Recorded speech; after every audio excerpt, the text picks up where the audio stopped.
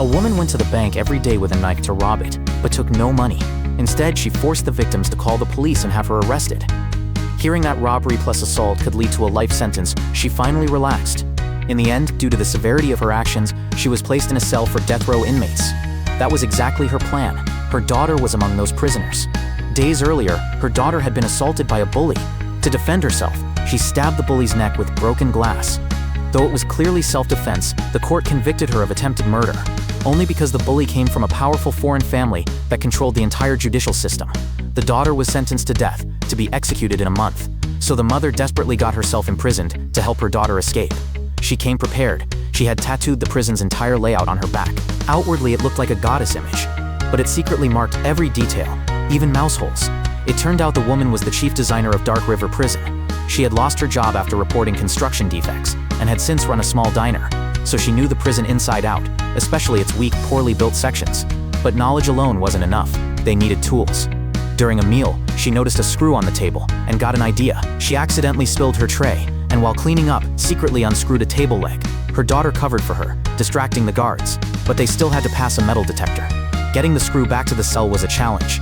Sure enough, the alarm blared at the gate. A guard aimed a gun at her head. As the scanner moved down to her ankles, where the screw was hidden in her sock, she quickly pulled out a metal hairpin from her hair, explaining her hair tie had broken, and she didn't want to be penalized for a messy appearance. Her story made sense, and the guard let it slide. Back in the cell, she sharpened one end of the screw into a hex wrench, and used it to remove the bolt, fastening the water tank. The wall behind it was the cell's weakest point. With tools, they could dig through, but they needed help from the cell's leader, who had just returned from solitary confinement. The woman proposed an escape plan, but the leader laughed in disbelief. So the woman targeted her weakness, the leader's 6-year-old daughter. She urged, "There's still time to escape and save your daughter." The leader dismissed it as nonsense. She believed her daughter was safe with her husband. But during a visit, she saw her husband with another woman. Worse, she learned her daughter had late-stage leukemia, and her husband was ignoring it. Desperate, the leader agreed to cooperate. Using the leader's connections, they got a spoon from the kitchen.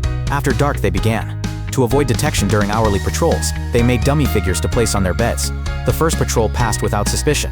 Once clear, they started digging. Behind the wall was a ventilation shaft.